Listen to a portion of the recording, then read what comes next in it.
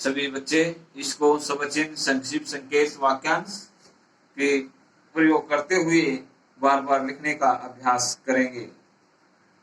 धरणी स्टार्ट। राष्ट्रमंडल प्रधानमंत्री सम्मेलन के सामने इस बार सबसे जटिल प्रश्न यह उपस्थित हुआ कि दक्षिण अफ्रीका को गणराज्य बनने के बाद राष्ट्रमंडल का सदस्य बना रहने दिया जा सकता है अथवा नहीं।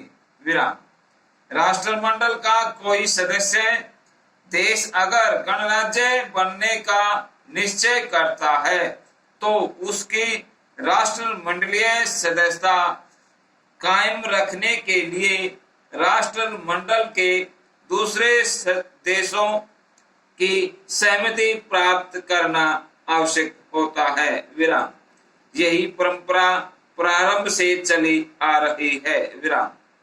जब भारत, पाकिस्तान और घाना गणराज्य बने तो इसी परंपरा का पालन किया गया था। विराम।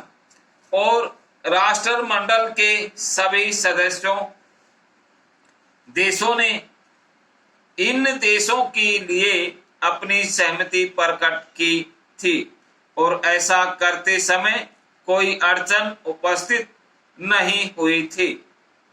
उसे बिना किसी विरोध के सदस्य बना लिया गया, किंतु दक्षिण अफ्रीका की रंगभेद नीति ने राष्ट्रमंडल के अनेक सदस्यों के सामने धर्म संकट की स्थिति उत्पन्न कर दी थी।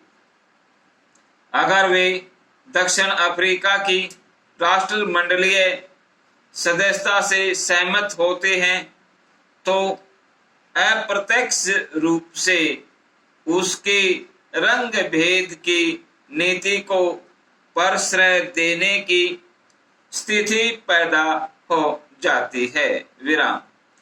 कम से कम राष्ट्रमंडल के अफ्रीकी एशियाई देश दक्षिण अफ्रीका की रंग भेद की नीति को सर्वथा नापसंद करते हैं और इस बारे में वे किसी प्रकार का समझौता करने के लिए तैयार नहीं हो सकते।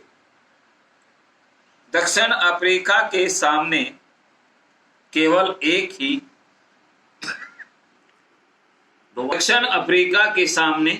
एक ही विकल्प था कि वह राष्ट्रमंडलीय देशों को अपनी रंगभेद नीति बदलने का आश्वासन दे दें। केवल इसी शर्त पर गणराज्य बनने के बाद राष्ट्रमंडलीय सदस्यता का आवेदन पत्र स्वीकार किया जा सकता था। विराम।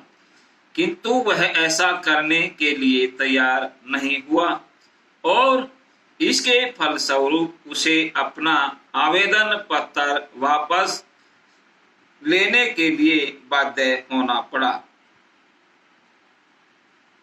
इसका यह अर्थ होता है कि 29 मई के बाद जब दक्षिण अफ्रीका गणराज्य बन जाएगा तो वह राष्ट्रमंडल से भी अलग हो जाएगा। विराम।